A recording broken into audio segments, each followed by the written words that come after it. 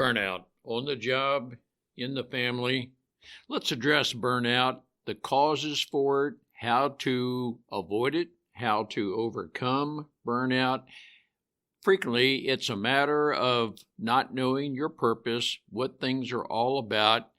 Listen to this podcast to discuss and learn how burnout can occur with Sarah and how she overcame. Hi there, and thank you for joining us on the Overcomers Overcoming podcast. We feature those who are in the process of overcoming or have overcome any type of life encounter, life obstacle that at the time seemed to be almost insurmountable. With this podcast, we have three objectives in mind. Our first objective is we want you to know with a confident resolve you are not alone. We want to work with you. We want you to know there are others who are working with you, who want to help you through whatever you are encountering, and together we will get through whatever you're experiencing. Our second objective is there are multiple options for any life encounter you are facing. We want to help you develop a resolve that there are various options and solutions to any life dilemma. Our third objective is to help you with critical thinking skills. If you're encountering something that was possibly a decision you made sometime in the past, and if you had the opportunity for a life redo, you would make a different decision. We want to help you with those critical thinking skills that can help you make an informed decision and not encounter what you're going through at the moment. We are the Cooper Culture, a veteran-owned business. We work with business personnel and families to develop and sustain connected relationship cultures within their families and organizations. That type organization is one where people feel wanted, appreciated, and genuinely a part of that organization. I'm with my wife and business partner, Marty, who has helped me facilitate this podcast. Today we feature Sarah Rose, who discusses with us burnout. Burnout can occur at home, at work. The emphasis is work.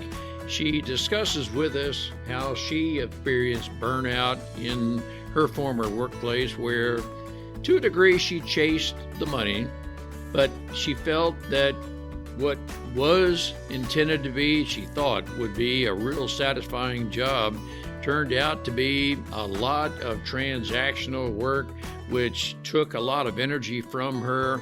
And by the time she arrived home, she was pretty distraught. But she discusses with us some of the factors that can lead to, but then how to overcome burnout. Marty, what are some takeaways we can gain from Sarah? First run, if you're a company or you are looking for a coach, Sarah's smile alone would say, I want to do business with her. She has this perfect smile and personality, just really is very welcoming. That gives off I can do businesses with this person because of the personality.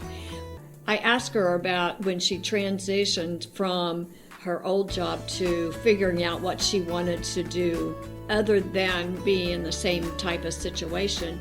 So she gives you 5 points for you to figure out how you can go from where you're not satisfied to where you can. It's a great opportunity for us to learn how to avoid burnout, but if we're in that state of burnout, how we can find fulfillment and joy in our lives. Let's listen and learn together. Sarah, it is great to have you with us. Our listeners are going to be very interested in your life insights about burnout at work. Undoubtedly, we have a few listeners who are or have experienced burnout. And that may be a part of, well, I'm not even sure I know my purpose in life. I'm not sure my leaders care about me. Any number of things like this may contribute to this term of burnout. But Sarah, you have some great life insights into that. Welcome aboard. It's going to be great to learn from you. Thank you so much for having me. All right. Yes, I'm excited to chat about this conversation. It's Sarah, near and dear. near Yeah, and dear to my heart. fabulous. Talk to us about getting just starting where you want, but maybe just somewhere Sure. start on the topic of burnout. What are some of the causes, and then how can we avoid it or help someone overcome? Sure. So we can start with that. Burnout often looks like um, it can look similar to what some people might describe as depression at home or in other places of their life. So it kind of has a mental health spin to it. But why I bring that up is because burnout can look like us losing interest at work. It can look like us not meeting our deadlines. It can look like um, pulling back or isolating, deciding we don't really care about the conversation or want to invest as much. And it can also look, there can be physical symptoms of burnout. So there can be more migraines, there can be some health issues, chronic pain. Those kinds of things can be connected because of burnout. It's like they're intertwined. And so there's physiological components of burnout, but there's also the psychological components of burnout, and simply the impact on tasks and completion at work too. So I know this because I went through this process myself. I had a dream career, to be honest. I can share a little bit more about how I found that. But I got to a place in this dream career where it was no longer a dream career. It was exhausting me. So I've been there. It is a very hard place to be, and you oftentimes don't realize you're there because it's a slippery slope into that space. Talk to us about your journey of burnout and um, in the context of care that and this Yeah. what you seem to describe, or at least what I discern, you saying, man, I think I've learned I think I have gotten into the dream job, but Mhm. after some period of time this is not what I thought it would be. And if Yeah. I'm describing it wrong, tell us, Sarah, but describe that for us. Yeah, so I agree. I think that I was in a job. I actually had identified a job I wanted, and it was in the higher education realm. And I had said, "Ooh, I want that job. It looks great in terms of the impact I can make. It has great pay, it has great benefits, all those things." And so I literally lined up my education, I lined up my experience so that I could go get that job, and I did. I was making six figures. I had a pension. It was a great job in terms of the impact I was getting to make with students and in the higher education community. And yet there was something that shifted a few years in. To be honest, I can't name the exact moment, right? But what I do know is that it was around the time I had kids and moved into leadership roles that I started to notice things were feeling really hard. They were feeling like, oh, I'd get to the end of the day and I would have gone and gone and gone and gone. And I wasn't actually getting the work done that I wanted to get done, but I was productive. I was busy all day, right? And I'd get home and I was exhausted. I didn't have the energy for my kids. I didn't have the energy to put into relationship in my marriage. All those things were happening. And yet I was always somebody that was just like, you can do it. Just keep going. Just keep going. Just keep going, right? And I think a lot of women get like this, where especially because I think we're like, we can handle it all. We're putting everybody else's needs ahead of ours. And oftentimes, what happens is we just forget about ourselves in all of that. So that's where I think I was. I noticed that I was just more and more tired and depleted. And it didn't happen overnight. It really was this like slow pattern towards that, but I didn't know I was in that kind of slippery slope towards burnout until I was there. So I really knew I needed more options for my career. But when I looked around, I kept thinking, okay, so if I leave this 50-hour a week job that has great impact, I'm getting a lot of meaning out of this job, right? But if I moved to another job, I was already at the pinnacle of what I could make and the benefits I could get. So I would have been taking a 50% pay cut. I would have been leaving a lot of benefits on the table to move or change employers. And so I just continued to feel more and more stuck. So I realized that there was I began to make some changes, and over time I realized there was kind of five strategies that I think people need to take in order to get out of a situation like this. I didn't know it back then. Most people can't see it back when they're in it, but that's what I realized over the last few years. Let me ask you a top level question, and then I know Marty has a question as well. What Yeah. I'm hearing you say, and tell me if I'm processing it wrong, to a degree, you chased the money, it looked good. Mm-hmm. I'm curious, in Mm-hmm. hindsight, and I'm going to ask you a question with no accusation, but Sure. did you enter a leadership role in hindsight where you felt you were not equipped to do it? You were put in a position and it would have been more fulfilling if you had been equipped, trained to do that. And because maybe you were not, Mm-hmm. that at the end of the day, you did not feel fulfilled. And there's a gap between fulfillment and being equipped to have the just total satisfaction. I am doing what I am called to do. That's a multifaceted question, Sarah, but I'm very Yeah. interested in your thoughts. Okay, so I think I would say two things to that. One is I believe that I had a lot of leadership skills. I naturally was a leader my whole career. And regardless of the title, I kept getting pulled into those leadership projects or kind of informal roles. So I think there was naturally I was a leader, and naturally I think I had a lot of skills that aligned with leadership. However, I don't think I had enough awareness of how important it was to keep yourself at the center of that leadership in terms of making sure you weren't getting yourself depleted, that you were learning how to delegate more. I think all of those things I learned over time, but I didn't know those up front. And I did not have much leadership training from my organization. That was just not, culturally, they do not train well in leadership. So I sought it out because I knew I needed more, but I would say that there were gaps for sure. And I also think there was a lack of awareness of the support leaders need. And I think that's part of to stay healthy and well. And I think that's part of a gap that many organizations have today. Oh, I think you have hit on a very, very important topic. And when I use the word equip, I am talking about, I would call it in-house training, on-the-job training, Mm-hmm. uh, supervisors who Yeah. genuinely cared for you to know that, well, Sarah, I'm going to at least I'm going to ask you, do you feel equipped to do?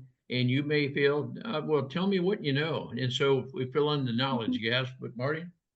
Well, I may be too soon in the conversation, but you had to make a choice. I'm going to Mm-hmm. leave. Yep.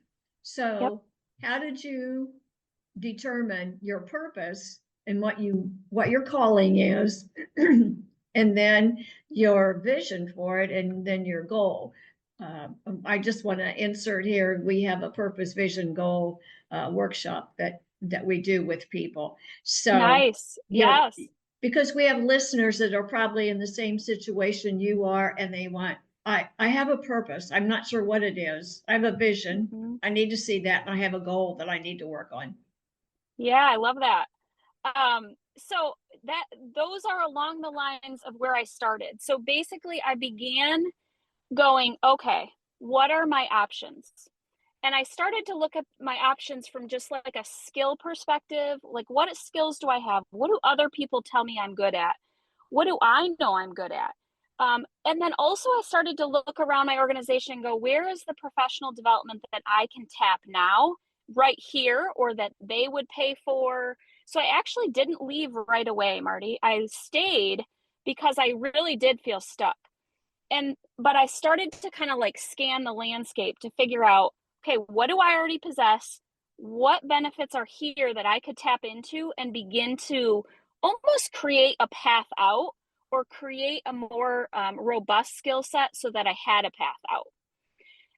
I felt like higher education as an industry was kind of a narrow focus, and I needed to broaden that for me personally.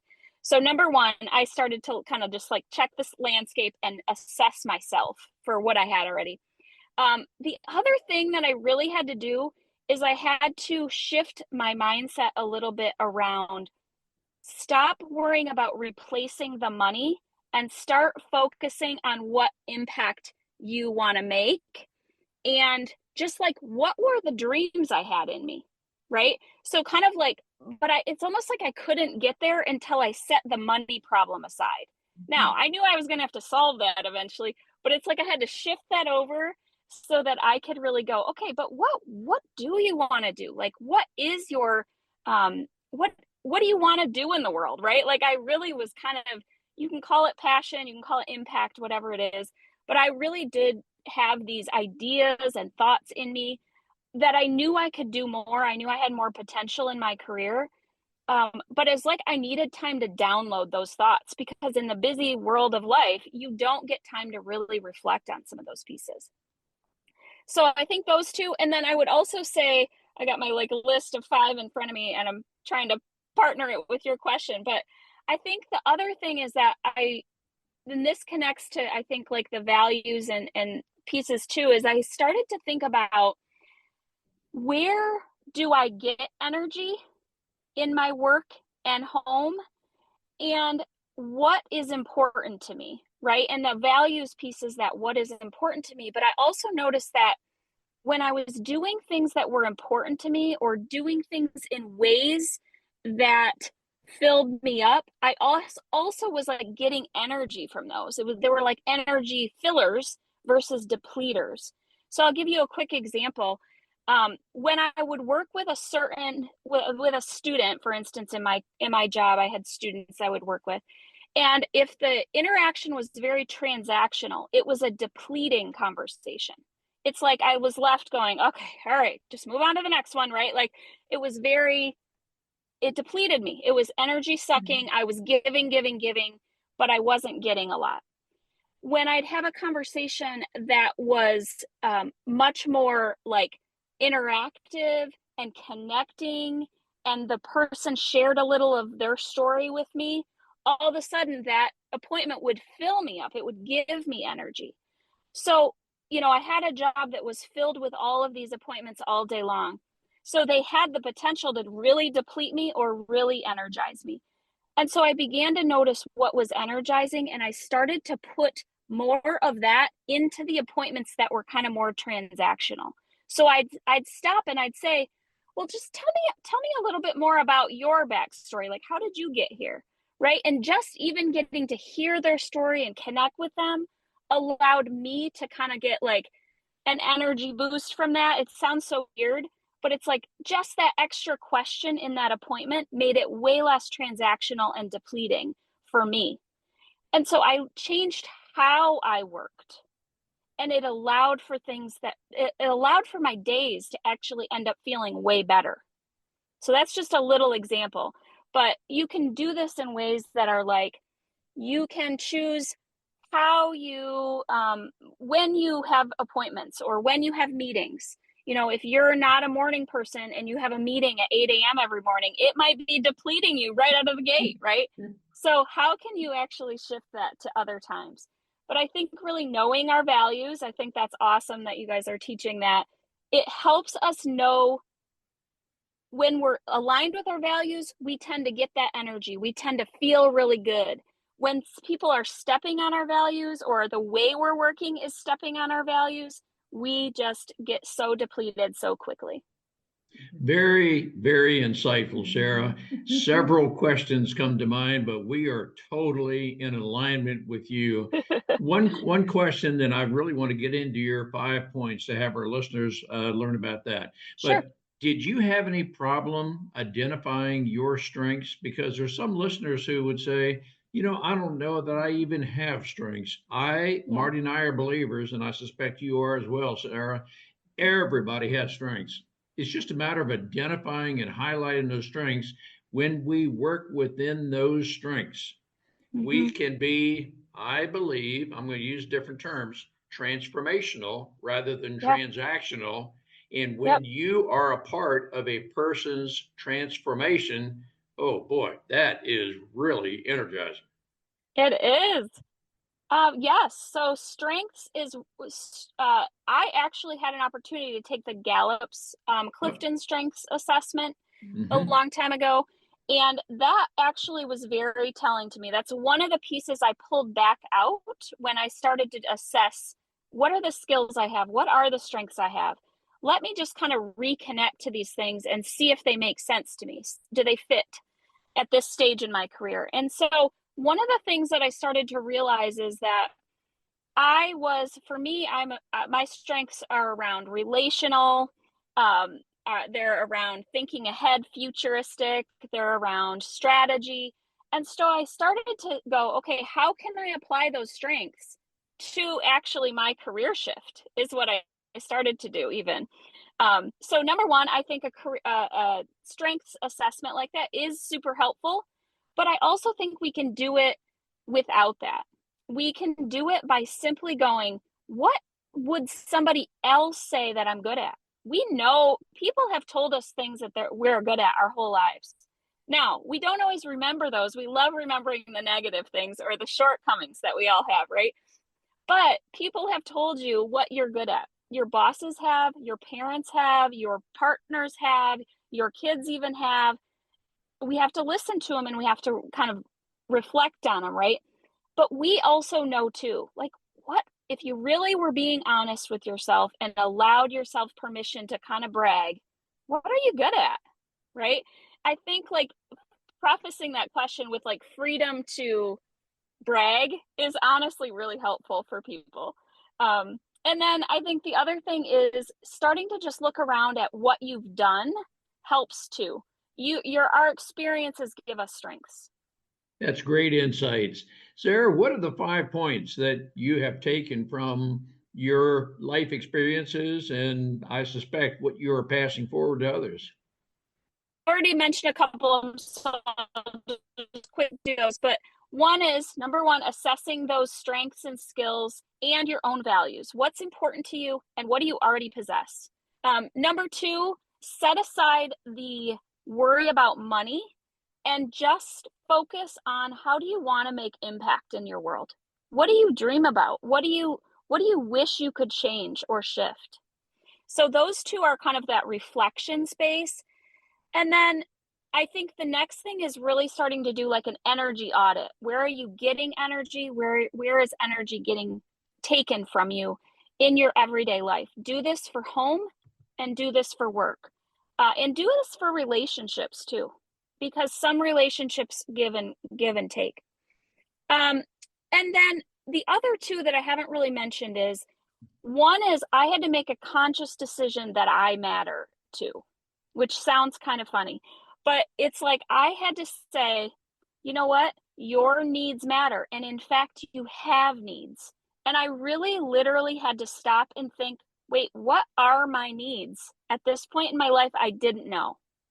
And so just taking stock of number one, committing to I matter to, my needs matter to, and figuring out what are your needs. They might be space and time. They might be freedom to learn. They might be the opportunity to travel or do something new, right? New experience, that kind of thing. But you got to know what your needs are and you have to commit to mattering. And then finally, that you can redefine your lane. So I think of our jobs as lanes. We have job descriptions. Oftentimes, as we are in a role or a job for a long time, our lanes seem to expand, right? Like we get more and more duties as assigned or as not assigned. And what I think is we can reestablish those lanes, we can narrow those back down. Oftentimes, the first part of our careers or even jobs, we tend to want to expand and go, oh, I can help with that. I can do that. But it's really important to redefine your lane and try to narrow that back down to what is it that I need to be doing versus what could I do? What might I do? What should I do?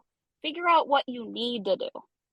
And that can help narrow that lane and really give you some extra space that I think women don't realize they can take back. Very well said. I will use only slightly different terms that say the same thing you did, but I do believe in the context of purpose, Mhm. we do have a life purpose that I would say largely doesn't change because it's who we're born to be.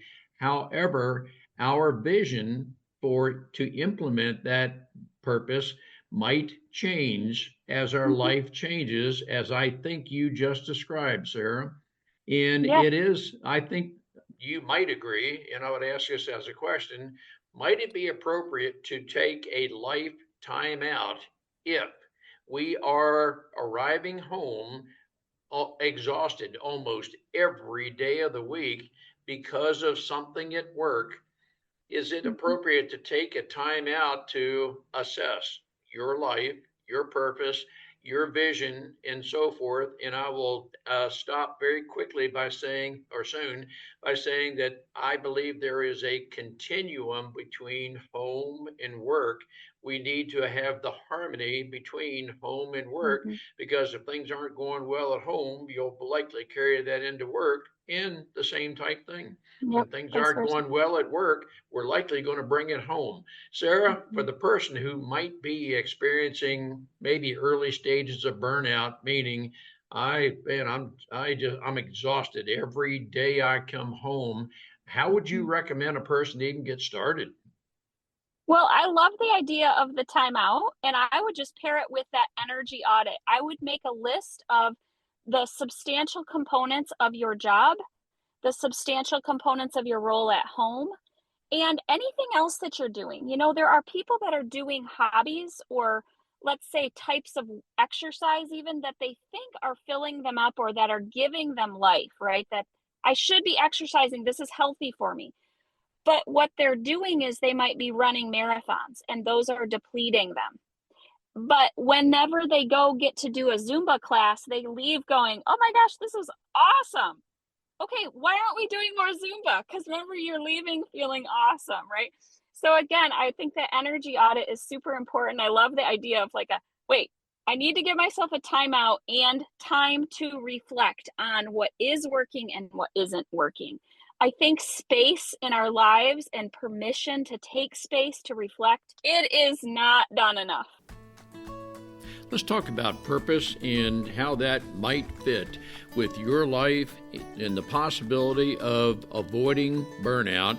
Purpose is a matter of knowing who you are, what you're about, your strengths, your resolve to pursue a venture, and your purpose has to do with your strengths, your personality, and putting all of that into practice. When you know your purpose, what it is you are created to do, you could say something to the effect, I was born to do what I'm doing. When we learn our purpose, when we go through the mechanics of and learn exactly what our purpose is, when we write it down and when we read it periodically, we can learn to determine and have with resolve our purpose in life. When we have this firmly implanted in us and when we quite literally repeat it over and over again, we'll be able to overcome those naysayers, those who are uncertain about themselves, those who might even say, I just don't see it in you. But when we have worked together to determine your purpose and you have it as a matter of resolve that you are moving forward with that purpose, you will experience fulfillment in your life. Let's work together. We'll help you determine your purpose. We have done that in our lives, and through knowing our purpose, living our purpose, we have fulfillment. Contact thecooperculture.com. Let's work together. Call me at 703-732-4780 or send an email to ron@thecooperculture.com or Marty, M-A-R-T-Y, at thecooperculture.com. Let's set up a plan so we can help you determine with a confident resolve your purpose in life so that you can experience fulfillment in your family, your work, in everything about your life. We look forward to working with you so that you can go about life with a very confident resolve. And it's what we're missing, to be honest. I think you're right on. Do you have a coaching business? Are you reaching out to other people to help? And it sounds like your emphasis is for women, but Yep. men may be experiencing something similar to this. But can you Yep. help a lot of different types of people get out Yep. from or maybe even avoid burnout? Yep. I do. I have a coaching business. I do one-on-one coaching. I also do a program called Re-Energize Her that is specifically for women in that kind of 35 to 55 mid-career space that are oftentimes experiencing these things. And then I also work with employers because I don't think employers really realize yet how much they can influence around productivity and retention of employees if they focus on well-being. There are kind of 10 levers that the US Surgeon General identifies as spaces that we can use to improve the well-being in our workplaces, and employers have a big ability to influence that and to work on retention and productivity through those. So I do some consulting with organizations as well using that framework. Again, very well said. And I will tell you, Sarah, I would enjoy exploring opportunities to collaborate with you because we are all about home and workplace cultures. And the term culture is a broad encompassing term, but it is a matter of knowing who you are, what you're good at, and what brings fulfillment in our lives. And when we as leaders in the home, leaders at work, care enough to learn our people, we can create a culture where I can promise you we will attract quality people and we will retain quality people. Retain in the context of we can have at least a 90+% retention rate. And I know statistically it'll cost a minimum of $65,000 to replace any person in the workplace, from acquisition cost to loss of productivity. And if the culture is such that maybe we have to litigate each other because, Sarah, you quite honestly don't like me, I know that can go into the millions. I'm Yeah. talking very facetiously in the context of litigation, but it is a Yeah. culture at home and at work. And when we are creating a very favorable culture, we can have a lot of life enjoyment. Yes, I totally agree. We are in alignment, Ron. Sarah, it is just great to have you with us. I know there's some number of our listeners who are experiencing burnout or they're in the early stages of burnout, and we want to help them and we want to help the leaders to Yeah. help those in their organization know how to deal with and hopefully even avoid burnout. A lot of this has to do with leadership, that we must know people and what various people are going through. And even from the leadership standpoint, have the courage to reach out and just ask, Sarah, are you doing okay? Because you may not feel comfortable initiating that type of conversation with me. I'm rambling here a little bit, Sarah, but I really appreciate your thought stimulating ideas. Good. Yeah, Very good. definitely. People are welcome to catch me on, they can find me on email or Sarah at freshrisegroup.com, or they can find me online, freshrisegroup.com. I can also leave a couple tools for you guys if you want to share them with your audience as well. So We will do that, and we will okay. put all of that in the narrative section of this podcast so that people, even before they listen to the podcast, will know exactly how to contact you and take advantage of your services. Sarah, Great. thank you so much for your life experiences and how you're reaching out to other people. Definitely. Thank you. Thank Have a you. great day. Thank you both. We appreciate having the opportunity to share and our guests' life experiences with you. The Cooper culture advances organizations to achieve and sustain high retention rates, connected communication, and trust through personality insights and principled leadership.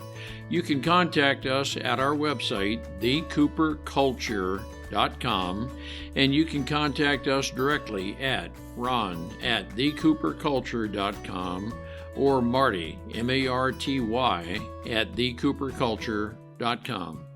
We work with you to help assess aspects of your culture to advance the environment and people to their best performance.